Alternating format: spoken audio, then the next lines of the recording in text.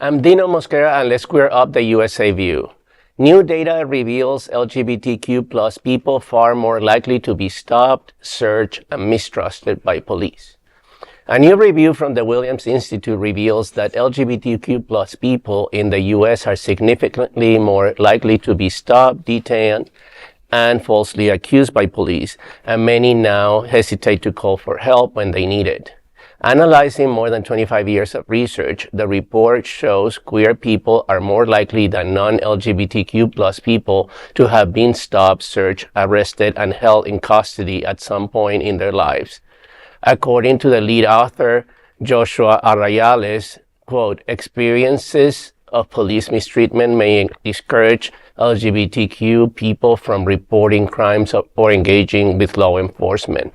Reporting crimes is essential for accurate crime statistics, proper allocation of crime prevention resources, and support services that address the unique needs of LGBTQ survivors, end of quote. The report notes that police still use tactics such as raids and entrapment, fueling long-standing distrust. 1/5 of LGBTQ plus people reported police-initiated contact in the past year, compared to 15% of others. Trans and bisexual respondents face even higher rates of stops. Nearly half of trans people said they will hesitate to call the police for help. This has been going on for forever, police entrapment. I mean, for us gay men of a certain age, that we have gone through this, where, police will just tempt gay men, or try to seduce them into basically committing a crime, and then just got you, and take, people, public bathrooms and stuff like that. Parks. This is nothing new. And not just that. I mean, so many people in gay relationships suffer domestic abuse, domestic violence, and they are, very hesitant to contact police because they disregard our relationships as, you just were looking for it. Basically, you were begging for it. So this is something that we as a community have been dealing with. I saw a movie recently. I don't know if you guys seen it, called Plain Clothes. With Russell Tovey. Okay. And it's exactly about that, in the early 70s, and how the police used to send these cute guys to the bathrooms to basically trap gay men. Well, I mean, but I think the story is talking about, again, that, but also being pulled over.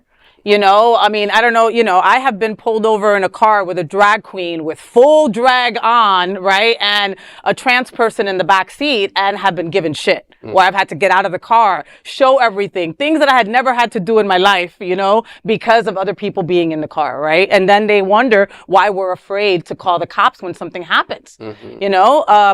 Trans folks are at the top of the awful hate crimes that happen, right? And a lot of times it's domestic violence that occurs, and like you said, the person is afraid to get the police involved because once, I have a dear friend of mine who's a lesbian. Her and her ex-partner had an issue, and when the police came to her door, they treated them both like shit, and they took them both to jail at the end of it, right? You start telling your friends, and I'm like, why would I call the cops then?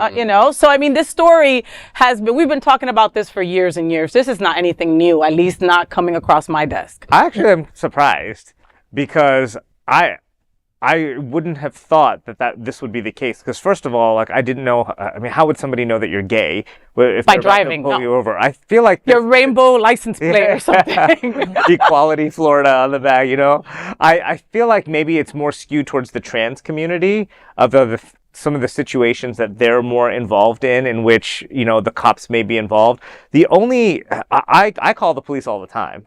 All right, I'm kind of a Karen. Yeah, on other people. I'm not on myself. He's the brown Karen of his neighborhood. You didn't know that? Look, I'm a see something, say something person. I'm always trying to save safety first. Somebody's life if I can. If something looks like it's a little askew, I'm calling the police and be like, hey, why don't you check things out? And I've always had a great relationship with the police and my neighborhood police. Also, I just felt like gay men in general. It's like if you're looking for the the violent crime offender, I'm like, hi guys, you know, like they know it's not me, you know. I do, the only territory where it does, I may have like a little bit of understanding in this is being accused of something. I've been in education for 25 years, you know, and I'm really careful in school situations or with students that I don't touch kids, you know, which is painful at times because some of these kids, you know, maybe they'll try to give you a hug to, you know, say goodbye Thank you, know, or whatever. Yeah. And all the women hug the kids, and that's fine, you know? Yeah. Even some of the straight men will do that, but when it comes to gay men, I just know that we're so targeted. You know, all it takes is one person, one rumor or something, and it could ruin your whole reputation and your career. And your career. Yeah. You know, so in that regard, I understand it, and you know. I'm from an era where, you know, the police used to raid bars where I grew up, and you know, I was a young gay man, and people were taken to the police station. We were just dancing. There was nothing going on, just like a regular club, and people will, you know, people with careers, and then your name will be in the news the next day. You know, they will take your name and report them. How old are you? Do you know? Well, I think this information was 20 years ago. Well, this is the 90s. This was in the 90s when I used to go to clubs as a young gay man. In America? No, back home. Oh, okay. You know, back home. But I mean, there were things here like this. It did happen in America. It happened here too. Yeah. So, you know, and they will take you to the police station, and the next day they will find out at work, you know, you could lose your job. Yeah. You know, this is the Watch time. Fellow Travelers. You'll love it. Yeah, go back to Stonewall. That's, you know, they raided the place, and then Right. you weren't allowed to dance. You weren't allowed to be dressed in drag. You weren't allowed. You weren't allowed anything. Yeah.